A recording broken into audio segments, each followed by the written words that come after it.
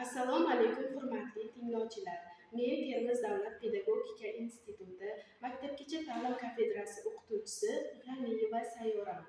Sizlar bilan bugun ushbu video darsimda STEM ta'lim tizimi mavzusi haqida qisqacha gaplashmoqchiman. Birinchi rejamiz, ya'ni mavzuga rejalar tanlab olganmiz. Birinchi rejamiz STEM yondashuvi o'quv samaradorligiga qanday ta'sir qiladi? Ikkinchi rejamiz STEM yondashuvi bizning ta'lim hamda ta'limga bo'lgan qarashimizni o'zgartirmoqda. Uchinchi rejamiz esa 2014-yilda Quddusda bo'lib o'tgan STEM Forward xalqaro konferensiyasi haqida. Endi STEM yondashuvi o'quv samaradorligiga qanday ta'sir qiladi? STEMning asosiy g'oyasi shundan iboratki, amaliyot nazariy bilimlar singari muhimdir. Chunki biz ma'lum bir narsani o'rganishimiz davomida ham qo'limiz hamda miyamizni ishlatsakgina yuksak darajalarga, ma'lum bir ma'lumotlarga ega bo'lib borishimiz mumkin. Ya'ni shunchaki sinf devorlaridan o'rganish tez o'zgaruvchan hamda zamonaviy dunyo bilan hamqadam emas. STEMning asosiy farqi shundaki, bolalar ma'lum bir bilimni muvaffaqiyatli o'zlashtirish bilan bir qatorda amalda ham bajarib ko'radilar. Ya'ni o'rgangan bilimlarini o'qib ham oladilar. STEM yondashuvi bizning ta'lim va ta'limga bo'lgan qarashimizni o'zgartirmoqda. Amaliy qobiliyatga e'tibor berib, talabalar o'zlarining irodasini, ijodkorligini, moslashuvchanligini rivojlantiradi va boshqalar bilan hamkorlik qilishni o'rganadi. Ushbu ko'nikmalar bilimlar asosiy ta'lim vazifasini tashkil etadi. Ta'limga ushbu yangi yondashuv qanday paydo bo'ldi? Bu nazariya va amaliyotni birlashtirishning mantiqiy natijasidir. STEM Amerikada ishlab chiqilgan ba'zi bir maktab bitiruvchilarining martabalarini e'tiborga olishdi va fan, texnologiya, muhandislik va matematika kabi fanlarni birlashtirishga qaror qilishdi va STEM ta'lim tizimi shu tarzda shakllandi. Keyinchalik bu yerda ART qo'shildi va endi STEM oxirigacha shakllandi. O'quvchilar ushbu mavzular, aniqrog'i ushbu fanlardan bilimlarga kelajakda talabalarning yuqori malakali mutaxassis bo'lib yetishishiga yordam beradi deb hisoblashdi.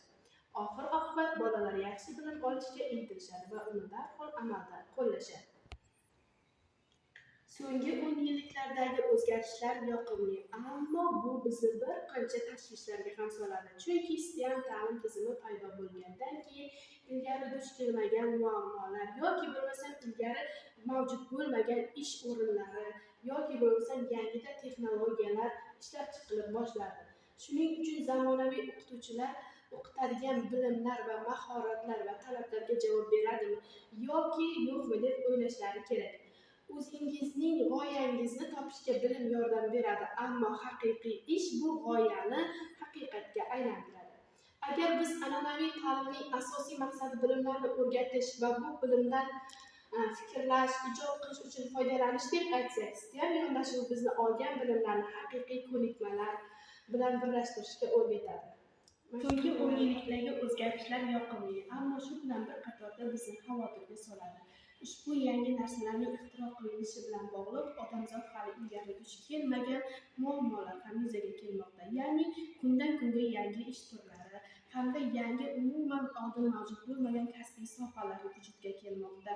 Bu esa hozirgi zamonaviy o'qituvchilarning o'z bilimlarini hamda mahoratlarini vaqt talablariga javob beradimi yoki yo'qmi bir tahlil qilib olishlari kerak bo'ladi.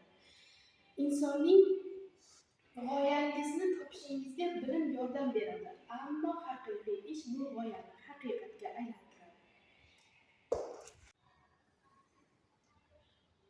Ushbu rasm orqali maktabgacha ta'lim tashkilotidagi bolalarni STEM bilan shug'ullanayotgani, ya'ni bu o'sha surat orqali qizil hamda yashil rangni bir vaqtda ajratib olish, shakllarni bir vaqtda ajratish orqali o'ng va chap miya yarim sharlarini shakllantirishga qaratiladigan metod qo'llanilayotganini ko'rishingiz mumkin.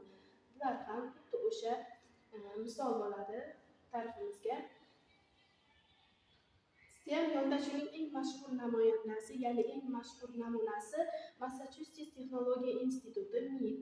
Ushbu dunyo universitetining asosiy g'oyasi Means at mavzusi aql va qo'l, ya'ni Massachusets texnologiya instituti bolalarga STEM tushunchasini oldindan o'rganish va tanishishi uchun STEM kurslarini ishlab chiqdi va hamda ba'zi bir ta'lim markazlarini, o'quv markazlarini ham tashkil etdi.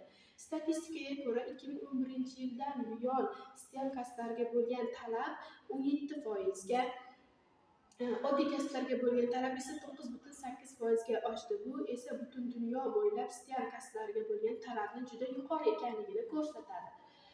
Lekin bunday yuqori talab nima bilan bog'liq? Ko'pgina mamlakatlarda STEM ta'limi ba'zi sabablarga ko'ra judayam ustuvor ahamiyatga ega.